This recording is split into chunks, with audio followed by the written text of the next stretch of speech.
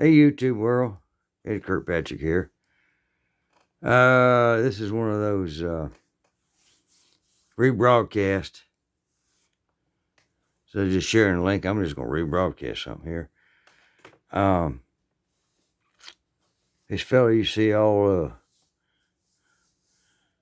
dutied up there on the stand is the governor of New Jersey, and he ain't right. So I thought I'd rebroadcast. I'm like I said, I'm rebroadcasting something on YouTube. So YouTube don't put no strike on me. I'm just putting it out there, Anyhow, Second Amendment, watch to the end. You may learn something. Every single one of these bills is fully consistent with the Second Amendment, so don't buy that argument. I challenge anyone who hasn't raised their voice in support to put forth a single coherent argument against any of these bills. Oh, Governor Murphy, don't tempt me with a good time. You want a single coherent argument against these bills?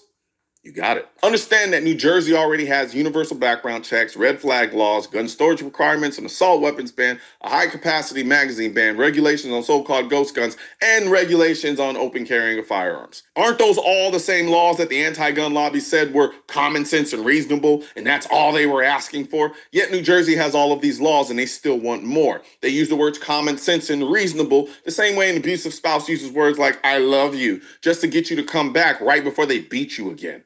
It doesn't take a rocket scientist to see that they think every gun control law on the planet is common sense and reasonable. Now, let's break down these bills, shall we? 1, require anyone applying for a firearm purchaser card to first complete a certified safety course, just as we require, by the way, anyone looking to drive a car to get a license proving they know how to safely use it. Is that not common sense? First of all, driving and owning a car is a privilege, not a right.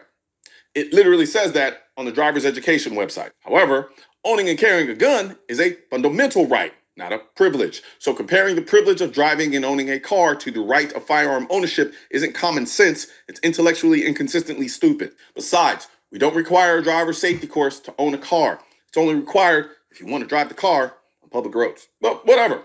You want to go there? Let's go there. On January 17, 2020, Governor Murphy signed a bill that would give people in New Jersey up to $5,000 for the purchase or lease of an electric vehicle. This bill was truly about safety. Wouldn't he be providing the same type of incentive for people to take gun safety courses the same way he's trying to incentivize people to buy an electric car? Well, no, because it's not about safety. It's about restriction and control. The Second Amendment is a fundamental right, so he can't just outright ban it. So he engages in ban by a million requirements. Get this license, but first you have to take this course. But first you have to pay for this course. But first it has to be approved, and on and on and on the requirements go until the process of trying to legally own a firearm becomes so onerous you either say screw it or become a criminal. The idea of requiring a safety course before you purchase a gun may seem reasonable until you start asking questions like, how much will the course cost? How long will the course be? And what days will the course be available? Where is this course located? Owning a gun is expensive already. Forcing people to pay for a course and taking time off work to take a course makes it harder on the people who live in high crime areas, because the vast majority of people who live in high crime areas don't make very much money, and they need the guns the most. Owning a gun is not like owning a car. Because again, owning a gun is a right. Forcing people to pay to take a course before they own a gun turns that right into a privilege. I'm not required to take a course on dangerous language before I can exercise my First Amendment right. Firearm safety doesn't require a mandated course. It's as simple as 4 rules. Treat all guns as if they're always loaded. Never point the muzzle at anything that you aren't willing to destroy. Keep your finger off the trigger until you're ready to shoot. Before you shoot, know what's in front and behind your target. Reasonably secure your guns from people you don't want using your guns. That's it. Do all of these things every single time you handle a firearm. There will never be an accident. 2, close the loophole that allows those moving into New Jersey to skirt the procedures that established New Jersey residents must follow in order to qualify to purchase or obtain firearms. Okay, this is just dumb. Nobody is moving to New Jersey. There are more people moving out of the state of New Jersey than to New Jersey because you keep passing stupid laws like this. This is a non-starter. 3, would require any and all guns not in use to be stored securely in a lockbox or gun safe. According to the anti-gun organization Everytown, there were at least 2,070 unintentional shootings by children under 18 years old between January 1st, 2015 and December 31st, 2020. Anyone want to take a guess the number of children under 5 that were treated in emergency rooms for unintended poisonings in 2020 alone? 61,500. Keep in mind that the stat for unintentional shootings was for people 18 and younger, whereas the stat for unintentional poisoning was based on children under the age of 5. So if you increase the unintentional poisoning age limit to under 18, it'll be even higher. So if this storage law is supposedly about keeping kids safe, where are the safe storage poison laws? There are no laws that threaten to prosecute people who don't lock up their detergent, medication, or antifreeze. Do you want to know how we keep kids safe from unintentional poisoning? Unforced education. We have published guidelines to provide examples and options on how to store these things. We educate not only the parents, but the children so that they don't drink poison just because it's colorful. Besides, the negative implications of forcing people to lock up poison in their homes, at worst, cause a minor inconvenience, whereas the negative implications of forcing people to lock up their guns, at worst, can cause death because people can't get to their guns fast enough to protect themselves because they were forced to lock them up. No one wants their child to accidentally shoot themselves or anyone else. So instead of forcing people to store a gun in such a way that makes it less capable of doing the thing it was designed to do in the first place, how about focusing on educating people about the various options on how to store their gun and the pros and cons? How about you teach firearm safety in schools so even if a child comes across a gun, they know not to touch it, or educate them enough about guns so that it removes the curiosity. Y'all are willing to teach toddlers about sexual identity. Why not teach them about gun safety? Amen. I'll tell you why. Because once again, this is not about safety. It's about making legal gun ownership so difficult that you won't want to do it. The last thing they want to do is teach kids gun safety, because they know it will create a generation of kids who not only respect firearms, but also respect the essence of the Second Amendment. And what they really want is to create a generation of people who hate the Second Amendment so that they'll be more willing to give up those rights. 4, mandate that all handguns sold in New Jersey be equipped with micro-stamping technology that leaves a one-of-a-kind imprint on every round of ammunition fired, so law enforcement can trace a specific round to a specific gun. About a year or two ago, the governor of California tried to do this in California. And I did a video then breaking down how micro-stamping doesn't work and is a waste of money. So instead of rehashing those same points, I'll just play the pertinent parts of that video now. Micro-stamping technology doesn't even work. We know this because Maryland had their own version of it for 15 years and it cost them $5 million. And it stopped literally 0 gun deaths and helped them solve a total of 0 crimes. And who do you think paid that $5 million for this boo-boo-the-fool system? The people of Maryland. Microstamping is using a laser to create a unique mark on the tip of a firing pin and on the breech face of a handgun. Theoretically speaking, this serves as a sort of fingerprint that is left on the back of the shell casing of a bullet for each gun. However, here's the problem. It could get innocent people locked up. It takes nothing for a criminal to go to a gun range, pick up a few shell casings, and then commit a crime with his gun, but then drop those shell casings at the scene of the crime, and then boom, now the police are knocking on your door because the micro-stamping on the shell casings at the scene of the crime were traced back to your gun. Or the criminal will just go to the gun range and shoot a bunch of rounds through his gun, wearing down the micro-stamping, and then go commit the crime. Or criminal will spend $1 or $2 to buy some sandpaper and then use it to disfigure the micro-stamping, rendering it useless. 5, require electronic record keeping of all ammunition sold in New Jersey to help identify dealers and straw purchasers. Understand that New Jersey already has a gun registry. It's one of the few states that do, and it's something the anti-gun lobby has been wanting to do on the national level for ages. Yet, here is a state that has a gun registry, yet now they're asking for an ammunition registry. What happened? Is a gun registry not as effective as you thought it would be? I keep telling and showing you all that the goal is to keep asking for more and more and more under the guise of this is the last thing we want. They wanted a gun registry. They got it.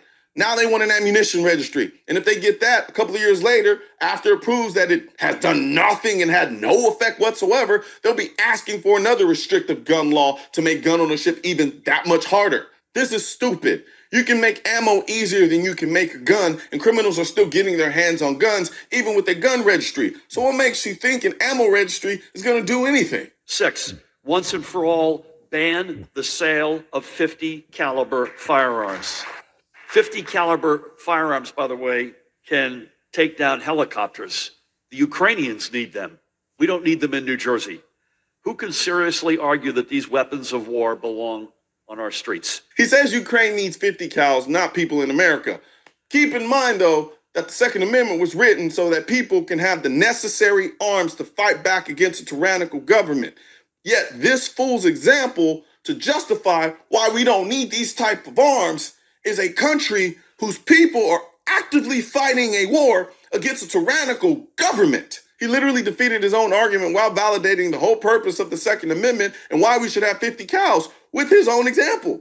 There's literally nothing left for me to say. And 7, and finally, enact a public nuisance cause of action law to hold gun manufacturers and distributors alike responsible for the damage caused by firearms. That sounds a little gobbledygook, legalese. That's a big deal. We could tie this back to the gun manufacturers. We bring them down. It's not legal gobbledygook. You want it to sound like legal gobbledygook so people don't actually realize what you're trying to do. I did a whole video about this years ago, but I'll try to explain it simply here. There is a federal law called PLCAA. This law says you can't sue a gun manufacturer simply because a criminal uses a gun to commit a crime made by that manufacturer. The same way you can't sue Dodge simply because someone used a Hellcat to run over people. The only reason this law exists is because the anti-gun lobby had been filing so many frivolous lawsuits against gun manufacturers. Anytime there was a shooting, it was threatening to bankrupt the entire industry. Not because the courts were finding that the gun manufacturers were liable, but because fighting a lawsuit, even if it's frivolous, is expensive as hell. So Congress passed this law to protect gun manufacturers from these types of frivolous lawsuits. Even the Department of Defense at the time said that these laws were needed or there would be no gun industry for them to buy guns from.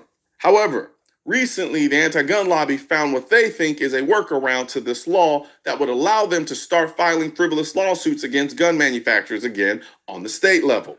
That is what this governor is trying to do. The goal is to destroy the gun industry. That's it. He even says it. We could tie this back to the gun manufacturers. We bring them down. The man says it clear as day, so we can bring them down. That's the goal of all of this. It's to erode the Second Amendment into oblivion. This isn't just one governor. This is a concerted effort on the part of the anti-gun politicians and the anti-gun lobby on the local, state, and national level. Stop falling for the stupidity and protect your rights, people. You know, we talk a lot about empowerment in this country, except for when it comes to the Second Amendment. However, I can't think of anything more empowering than having the most effective tool to protect you and your family. So help me spread this message by liking and sharing this video with everyone you know. And don't forget to subscribe and leave a comment, because the Second Amendment, when it said militia, That's us, the militia. Hey, YouTube world, Ed Kirkpatrick here. Thanks for watching. I first met Coleon. I was at a hotel in New Orleans, and he pulled up in a white and black Ford 350 GT. I had just pulled in and got my luggage out, and then the valet took my luggage, and the what do you call them guys anyway? He took my car and went and parked it. And he pulls up in a 350 GT, and it's low to the ground.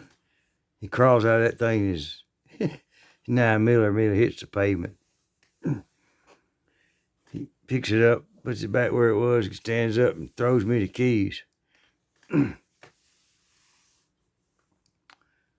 I'm in room 303, and I said, okay, I'm not the valet. You're not? No, I'm not the valet. I'm Ed Kirkpatrick, and we sat and talked for a minute or two. And then they came up and took care of him, and he went on, and I seen him later at dinner that night. But a great American, and he rose himself up from nothing to be where he's at today. So, YouTube world, go show him a little love if you can. Subscribe to the channel. I mean, he's got a few million viewers. Could always use some more though, but yeah, I just throw it out there tonight. I'm rebroadcasting a YouTube video that's already put up, so YouTube, I don't need no strikes. I'm just passing on a little love. God bless everybody. Ed Kirkpatrick. Adios.